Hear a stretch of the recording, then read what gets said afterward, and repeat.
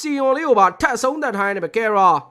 နော်နိုစီယာကိုပါထက်ထုပြီဗျာနိုစီယာနော်ပြေးတဲ့လမ်းလေးကမှားဝိုင်းနေပဲဟီရိုကီ3កောင်နဲ့လောနဲ့လဲလိုက်ရတယ်တန်လားသားကြီးတန်တော့မတန်ဘူးတန်ဦးလေအဲဟီရိုကီကလောနေဘလို့မှထွက်ရမတန်ဘူးလောကလည်းဖြက်ရှင်းခံအောင်ပဲအဲ့မဲ့ဂျူရီပဲဂျန်ကန်ဆိုတော့ရပါတယ်ကဲဒီဘက်မှာတော့နော်လော်လေးတော့စတော့ဖိုးချနေနေပဲတကယ်ပဲလူပေါက်မလားမသိဘူးဟဲလမ်းစတော့ကြီးရှိတယ်နော်အဲ့ raspberry နည်းနည်းပေးပါအောင်လားလော်ကြီးတော့လူပေါက်သွားတယ်ဆန်ဆူကြီးဖိုးချသွားတယ်ဗျာရရှိလာတဲ့လော်လေးတော့အကောင်းဆုံးတော့သုံးချဖို့တော့ကြိုးစားရမယ်ပေါ်မှာလဲမော်စကိုကတော့နော်ကျွန်တော် spear တွေပါပြည့်ဒီဘက်တက်လာဆိုင်အောင်မယ်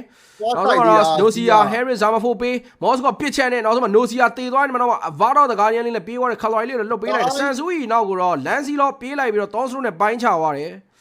လော်တော့ကတော့ Hirokin နှစ်ကောင်တော့ပေးထားတယ်အနေသားမျိုးတော့မြင်တယ်ပေါ့နော်အော်ဒီကောင်ကြီးတကယ်လုံးကိုယူတာရအောင်ကြီးဘိုက်စာနေရတယ်နဲ့ရတာမစားရသေးလို့လားမသိကဲတော့ဒီဘက်မှာတော့လော်လေးကတော့ရှင်းပြီးသွားနေတာတခုမှမီနီယံဝေလေးတော့တဝေးစီတော့ကြံအောင်မယ်မှန်တယ်ပြဿနာတော့မဟုတ်ပါဘူးကင်းကောင်လည်းပြန်ထွက်တော့မှာဆိုတော့ twist up mine second tower လေးတွေပါလေး try နေအောင်မလား